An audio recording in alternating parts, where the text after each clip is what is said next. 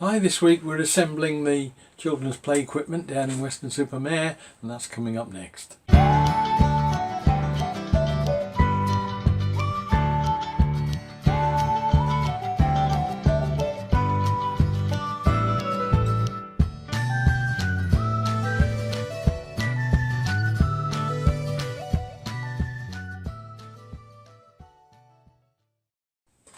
Well, with 2 or 3 car loads of stuff taken down to Weston over the couple of weeks before Christmas, and a roof rack full of monkey bars and steps immediately before Christmas, we managed to get all the parts down there without anybody noticing and wondering what it was all about.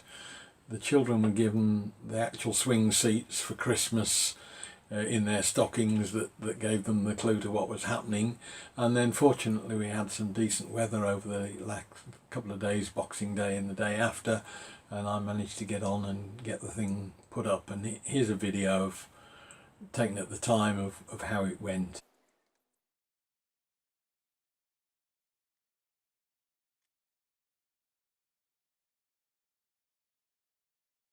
Now the starting point was basically putting back together pretty much everything that I'd made and knocked down back at home. The floor panels wouldn't fit completely assembled in the car, so I'd had to take all the slats off the top, and it also made them a lot easier to handle when I was getting them in and out of the car, because they're quite heavy once they're completed. So the floor itself was put together for the ground floor and the first floor, and assembled on site, as I say.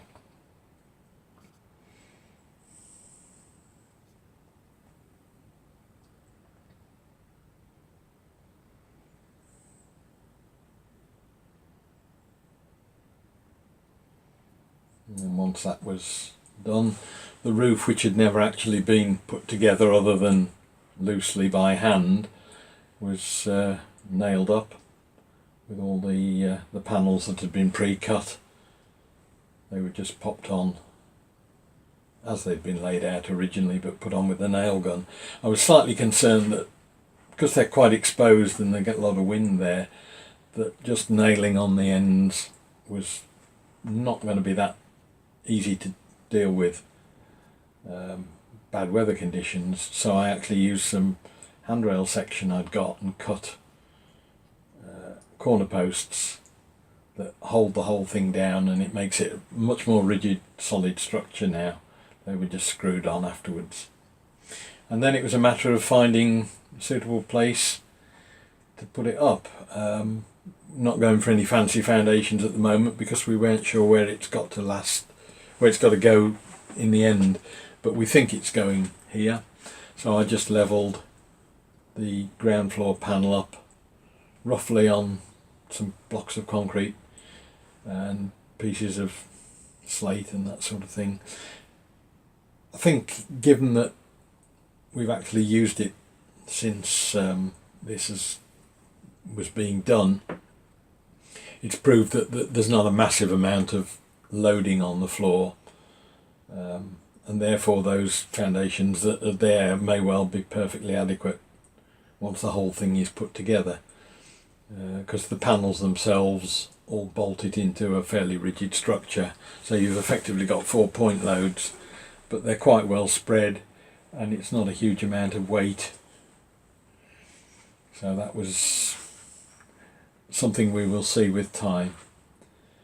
But the panels themselves, because they'd been pre-assembled at home, didn't cause any great issues. I think there was one bolt that I'd had trouble with when I was back at home that was still playing up a bit, but they all seem to line up pretty well.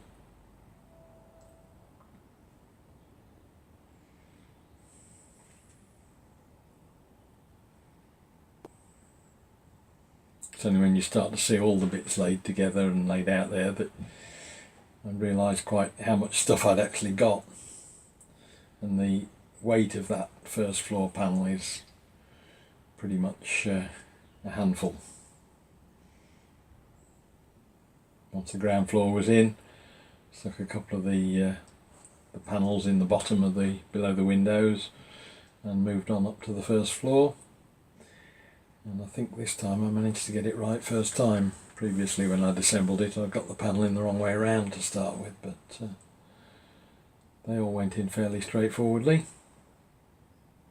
And even at that point, it's becoming quite rigid, solid, and I had a little helper along to try it out. And from that point on, insisted on using all my tools and playing, so that was giving some indication that the thing was a success, even without the stairs being fixed properly or anything.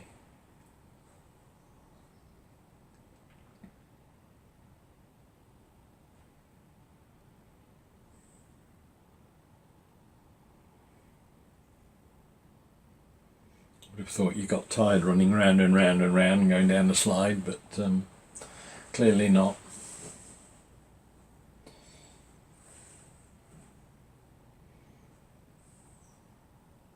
I was just trying to see whether it needed a handrail at that point, but we've subsequently decided perhaps not.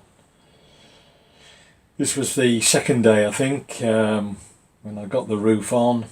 I had to have a hand with the roof because that was just too much for me to handle. My son-in-law gave me a hand with that one, and we then fixed the monkey bar piece together. Although it's up and working and running quite happily, it does probably need a small support in that angle, so I'm going to retrofit something with that.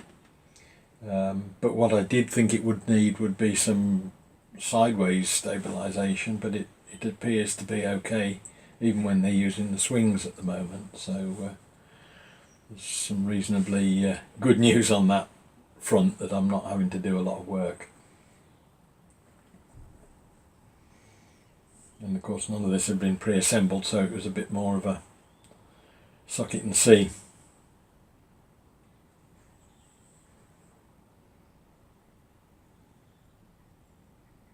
Just using the about 150mm threaded coach bolts there to fix it together. And again, most of the loading is vertically down on things rather than using the joints. They're only there to, the screws are only there just to locate things more than anything. That's slotted into the top, and then I just drilled holes through, put some threaded inserts in the end, and that bolted the monkey bar section to the main tower.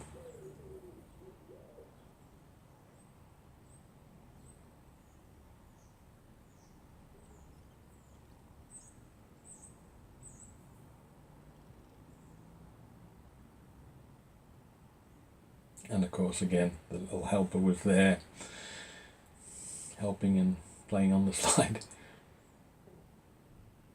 We got the swings, mounted the shackles. They're mounted on the one side which is effectively in the middle of the tower, so that it spreads the load. And although the monkey bar base nearest the camera is only actually, the ground slopes away slightly, and it needed a little bit of packing under there which wasn't in to start with, but even without that in, the amount of movement on that section is, you can see there's a little bit of movement there, but that's mainly because the support isn't in the bottom of the legs of the monkey bar section, so that's been corrected since, and the whole thing has become much more stable, but at least it's showing that it's not going to need massive bracing.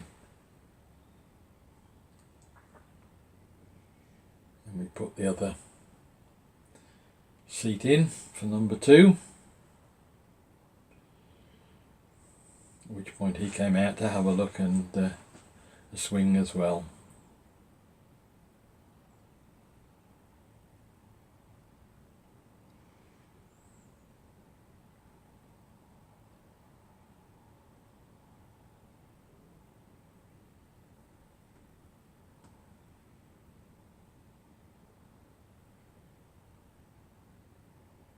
The swings just clip in to the shackles so they can be moved at any time. I've subsequently got another seat for when the smallest one grows up a bit, and as I said before, we can always put scrambling nets and all sorts of things in and clip in there. The other finishing off jobs really then was just the clipping the stairs to the main frame, starting to put the panels in the windows that had already been made, and they were just screwed in from the sides.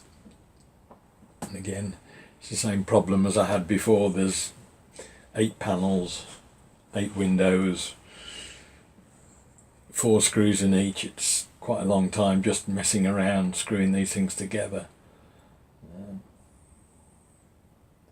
But it's beginning to take shape now. The only real problem then was that there were 2 openings at the top level and 3 at the bottom, where children could walk out either into where the swings were and get hit by a swing, or fall out through the hole. So that was the next thing that needed addressing.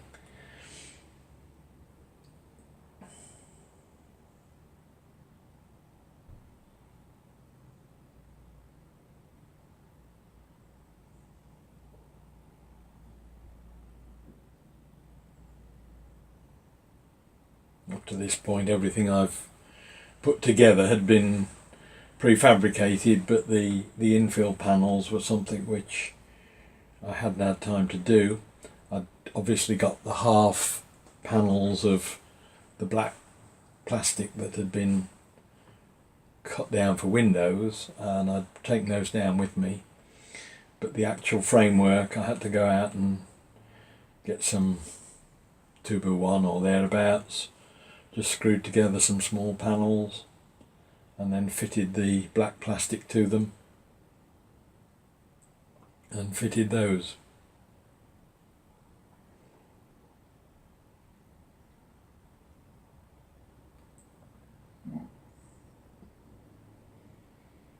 And that should at least make sure that they can only fall out down the slide or down the stairs.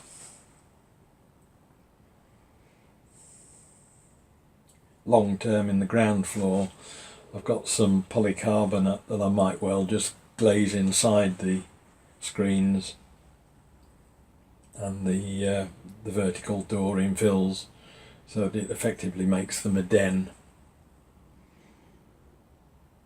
that's a bit more weatherproof and windproof.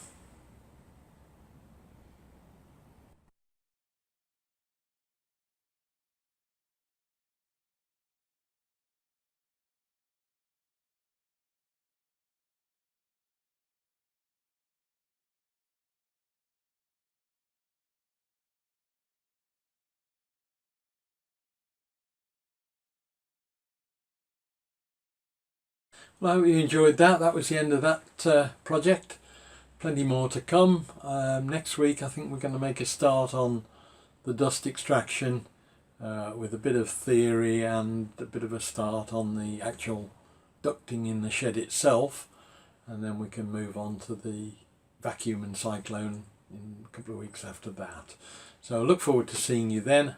Hope you liked the video. If you did, please press like and subscribe, and I'll see you next week. Bye.